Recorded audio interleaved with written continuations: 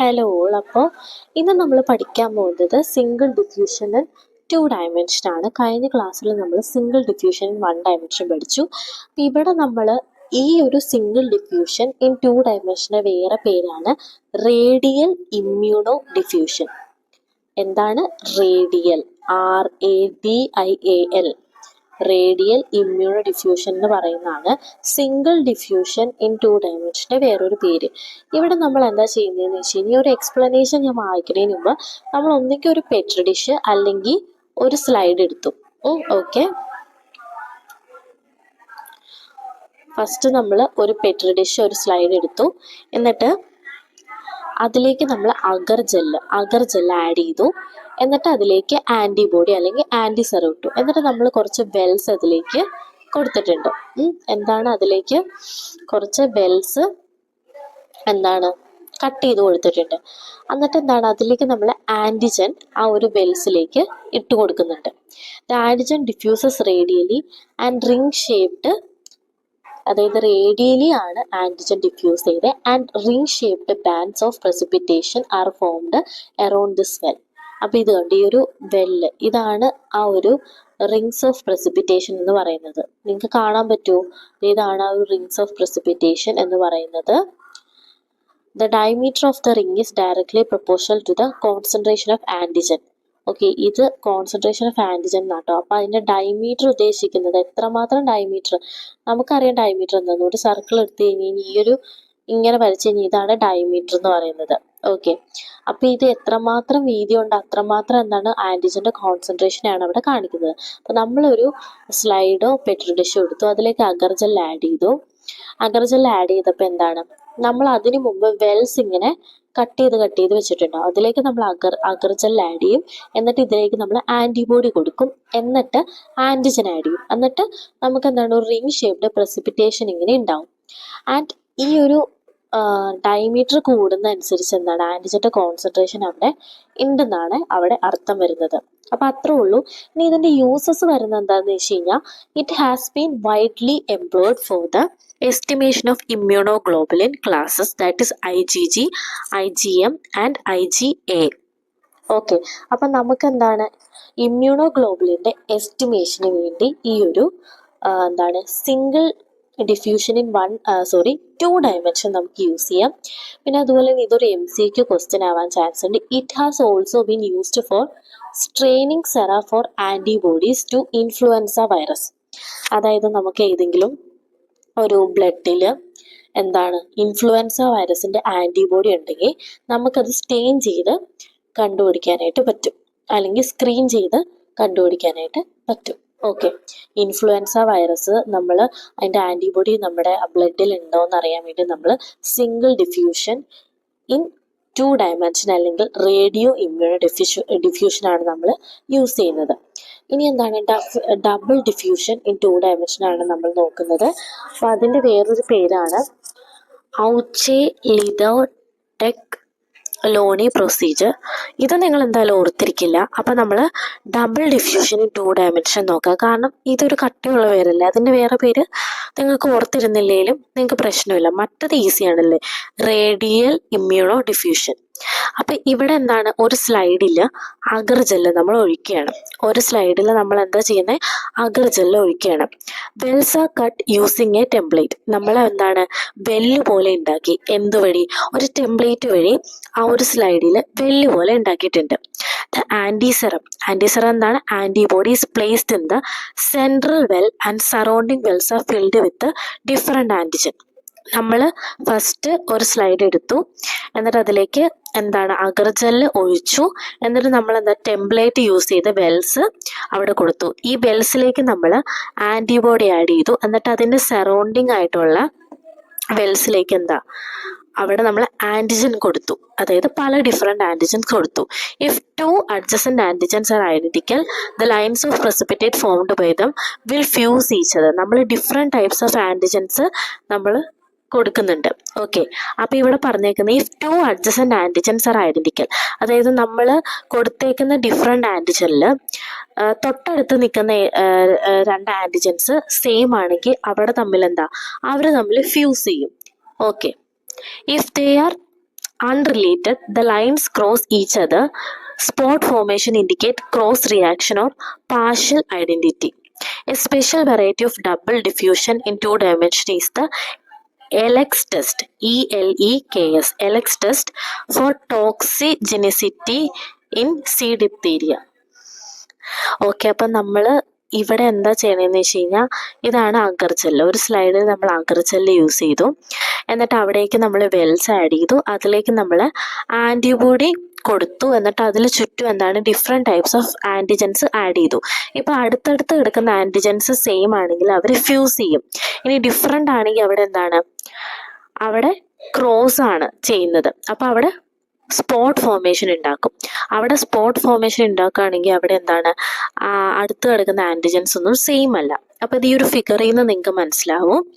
അവിടെ കുഞ്ഞു കുഞ്ഞു റൗണ്ട് സ്പോട്ട് കാണുന്നില്ലേ, അവിടെ എന്താണ്, അത് അൺറിലേറ്റഡ് ആണെന്നാണ് അർത്ഥം. ഓക്കെ, പിന്നെ ഇത് നമ്മൾ ഡിപ്തീരിയയുടെ ടോക്സിജനിസിറ്റി യൂസ് ചെയ്യാൻ വേണ്ടി യൂസ് ചെയ്യും. ഇനി അടുത്തൊരു ഇമ്പോർട്ടൻ്റ് ആയിട്ടുള്ളൊരു ഫോമാണ് ഇമ്മ്യൂണോ ഇലക്ട്രോഫോറസിസ് എന്ന് പറയുന്നത്. അപ്പോൾ ഇമ്മ്യൂണോ ഇലക്ട്രോഫോറസിസ് എന്ന് പറയുന്നത് ഇലക്ട്രോഫോറസിസ് ടി ഇമ്മ്യൂണോ ഡിഫ്യൂഷൻ എന്നാണ് ഇതിനെ പറയുന്നത്. ഇമ്മ്യൂണോ ഇലക്ട്രോഫോറസിസ് ഇമ്പോർട്ടൻ്റ് ആണ്. This is done on a glass slide layered with semi solid agar. അപ്പം നമ്മൾ ഇതൊരു ഗ്ലാസ് സ്ലൈഡിലാണ് ഈ ഇമ്മ്യൂണോ ഇലക്ട്രോഫോറസിസ് നമ്മൾ യൂസ് ചെയ്യുന്നത്. ഇതെന്താണ്, ഇലക്ട്രോഫോറസിസ് ടി ഇമ്മ്യൂണോ ഡിഫ്യൂഷൻ എന്നാണ് ഇതിനെ പറയുന്നത്. ഇത് നമ്മളൊരു ഗ്ലാസ് സ്ലൈഡിലാണ് യൂസ് ചെയ്യുന്നത്. ആൻഡ് നമ്മളൊരു സെമി സോളിഡ്, അതായത് കംപ്ലീറ്റ്ലി ഒരു ലിക്വിഡ് ഫോം അല്ല, ഒരു സെമി സോളിഡ്, അതായത് സെമി സോളിഡ് എന്ന് പറഞ്ഞാൽ മൊത്തത്തിൽ സോളിഡ് അല്ല, ഓക്കെ, ഒരു സെമി സോളിഡ് അഗർ ആ ഒരു സ്ലൈഡിനെ ലെയർ ചെയ്ത് വെച്ചിട്ടുണ്ട്. അപ്പൊ പിന്നെ എന്താണ്, അവിടെ ഒരു വെല്ല് നമ്മൾ കട്ട് ചെയ്ത് വന്നിട്ട് ആൻറ്റിജൻ ആണ് അവിടെ ഫില്ല് ചെയ്യുന്നത്.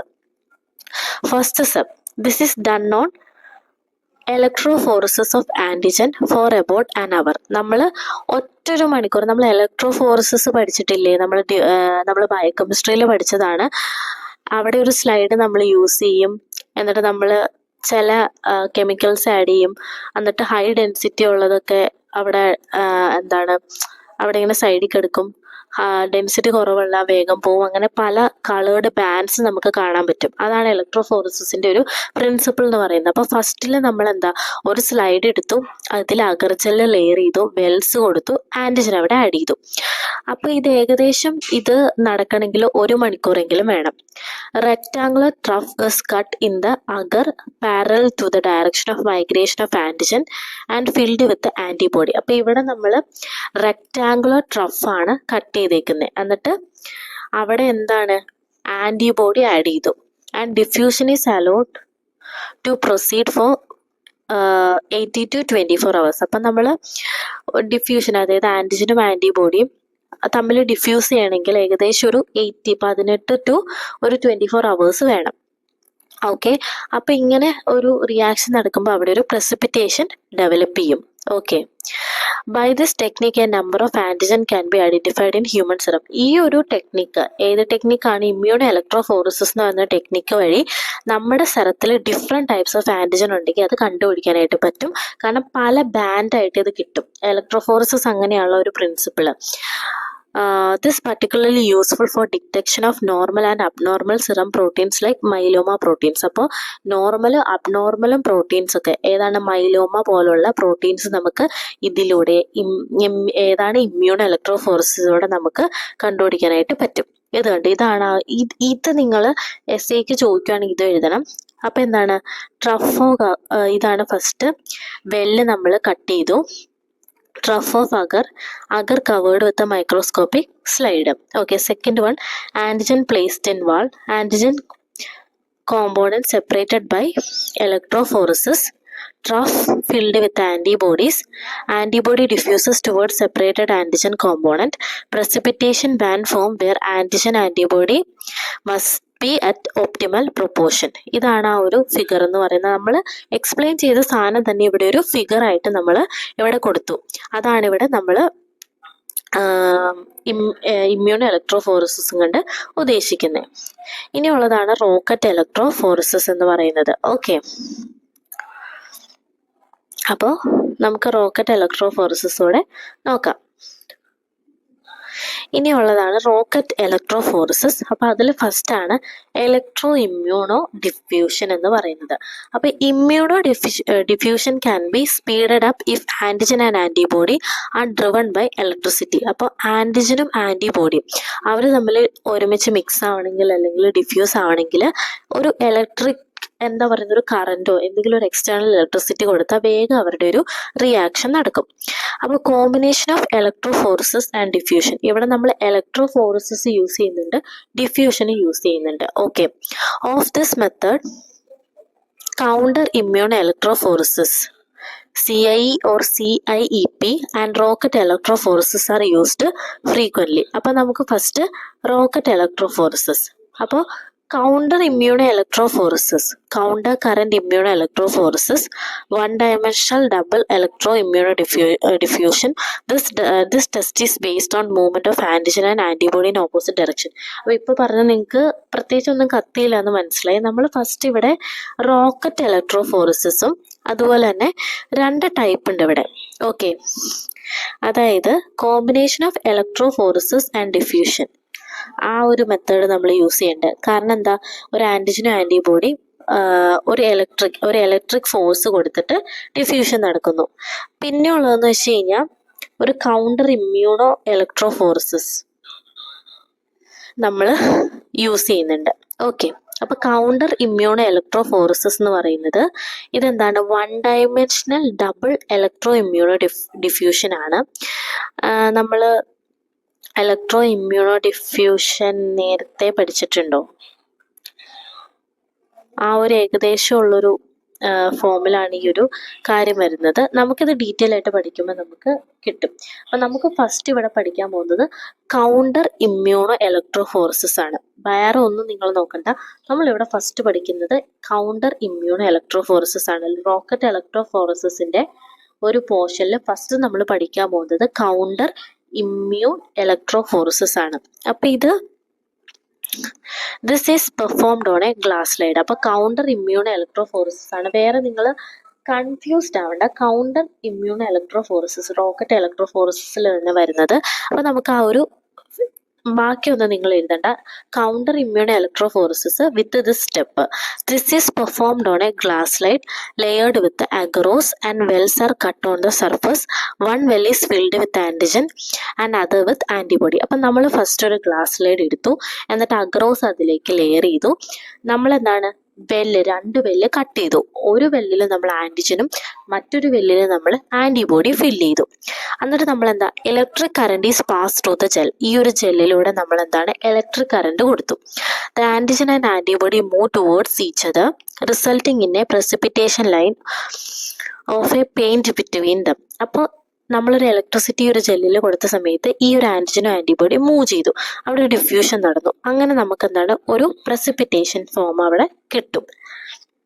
നമുക്ക് ഡിഫറെൻറ്റ് കളേഴ്സ് അവിടെ കിട്ടും. It is applied clinically for detecting hepatitis B antigen and antibody. ഇത് ഇമ്പോർട്ടൻ്റ് ആണ്.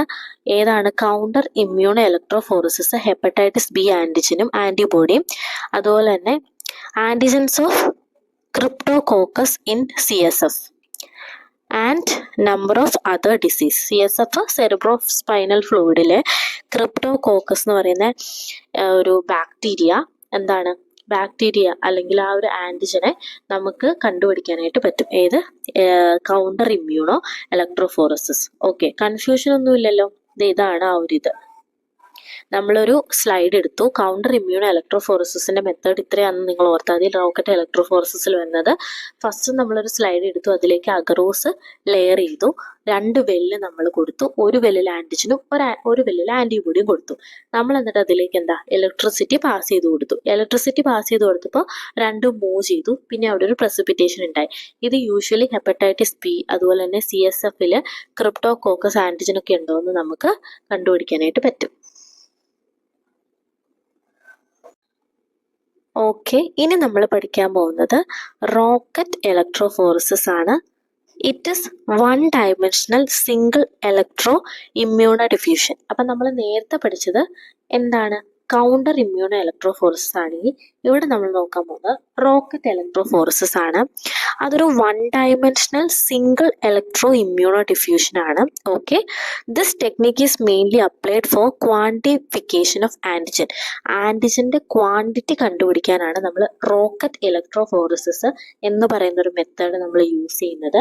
ഇത് വൺ ഡയമെൻഷനിലാണ്, ഒറ്റ ഡയറക്ഷനിൽ നടക്കുന്ന ഒരു റിയാക്ഷൻ ആണ്. The antiserum to antigen to be quantitated is mixed in agarose and gelled on the glass slide. The wells are punched in the set gel and filled with the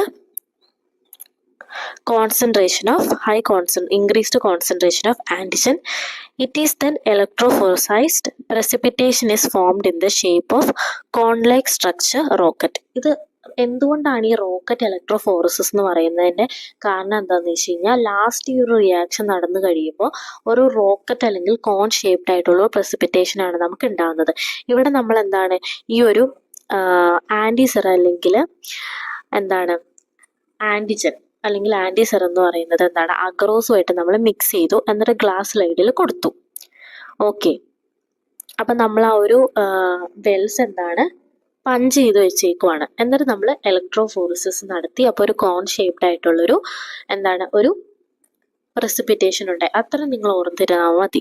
okay, അപ്പോൾ ഇത് കണ്ടു, ഇതാണ് ഒരു the length of this rocket like structures correspond to the concentration of antigen. അപ്പോൾ കണ്ടോ, ഇവിടെ ഇങ്ങനെ ഈ ഒരു കോൺ പോലെ ഇരിക്കുന്ന സംഭവങ്ങൾ കോൺസെൻട്രേഷൻ ആണ്, ആൻറ്റിജൻ്റെ ക്വാണ്ടിറ്റി ആണ് നമ്മളിവിടെ കണ്ടുപിടിക്കുന്നത് ഈ റോക്കറ്റ് ഇലക്ട്രോഫോറസിസിൽ. അപ്പോൾ ഇവിടെ നോക്കിക്കഴിയുമ്പോൾ ഏറ്റവും കൂടുതലുള്ളത് ഫസ്റ്റിലാണ് അല്ലേ. ഇങ്ങനെയാണ് ഈ ഒരു വെൽസ് നിങ്ങൾ കണ്ടോ. അപ്പം അത്രേ ഉള്ളൂ റോക്കറ്റ് ഇലക്ട്രോഫോറസിസ് എന്ന് പറയുന്നത്. ഇനി അടുത്തതാണ് ലോറിയൽസ്, LAURESS. അതാണ് ലോറിയൽസ് 2 ഡയമെൻഷണൽ ഇലക്ട്രോഫോറസിസ് എന്ന് പറയുന്നത്. ഇതാണ് വേരിയന്റ് ഓഫ് റോക്കറ്റ് ഇലക്ട്രോഫോറസിസ് ആണ്. By this method several antigen in a mixer can be quantitated. അപ്പം ഇവിടെ എന്താണെന്ന് വെച്ച് കഴിഞ്ഞാൽ നമുക്ക് കുറേ ടൈപ്പ് ഓഫ് ആൻറ്റിജനെ നമുക്ക് ക്വാണ്ടിറ്റി അല്ലെങ്കിൽ ക്വാണ്ടിറ്റൈസ് ചെയ്ത് എടുക്കാനായിട്ട് പറ്റും. ഇനി first stage of technique, the antigen mixer is electrophorically separated. In second stage, electrophoresis is done perpendicular to that of first stage to get rocket-like precipitation. ഇതൊരു ടൈപ്പ് ഓഫ് റോക്കറ്റ്-ലൈക്ക് എന്താണ് electrophoresis ആണ്. അപ്പോൾ ഇത് നമുക്ക് എന്താണ് സെവറൽ ഡിഫറെൻറ്റ് ടൈപ്സ് ഓഫ് ആൻറ്റിജൻ്റെ quantity കണ്ടുപിടിക്കാനായിട്ട് പറ്റും. അപ്പോൾ ഫസ്റ്റ് സ്റ്റേജിൽ ആൻറ്റിജൻ എന്താണ് different types of antigen mix, അതായത് നമ്മളൊരു സെറം എടുത്തു എന്ന് വയ്ക്കുക. ഡിഫറെൻറ്റ് ടൈപ്സ് ഓഫ് ആൻറ്റിജനെ നമ്മൾ ഇലക്ട്രോഫോറിറ്റിക്കലി സെപ്പറേറ്റ് ചെയ്തു. ഓക്കെ, സെക്കൻഡ് സ്റ്റേജിൽ electrophoresis done perpendicular to that of first stage to get rocket like precipitation. Okay, ഇതുപോലെ ഒരു റോക്കറ്റ് ഷേപ്ഡിൽ. അപ്പോൾ ഫസ്റ്റ് സ്റ്റേജിൽ നമ്മൾ സെപ്പറേറ്റ് ചെയ്തു, എന്നിട്ട് ആ സംഭവം തന്നെ എന്താണ് പെർപെൻഡിക്കുലറായിട്ട് നമ്മൾ പിന്നെ ഇലക്ട്രോഫോറസിസ് നടത്തി. അത് എന്തുകൊണ്ടാണ് ഒരു റോക്കറ്റ് ലൈക്ക്, ആ ഒരു സെക്കൻഡ് ഫിഗർ ഉണ്ട്, ഒരു റോക്കറ്റ് ലൈക്ക് പ്രസിപ്പിറ്റേഷൻ ഉണ്ടാവാൻ വേണ്ടിയാണ് നമ്മൾ അത് ചെയ്തത്.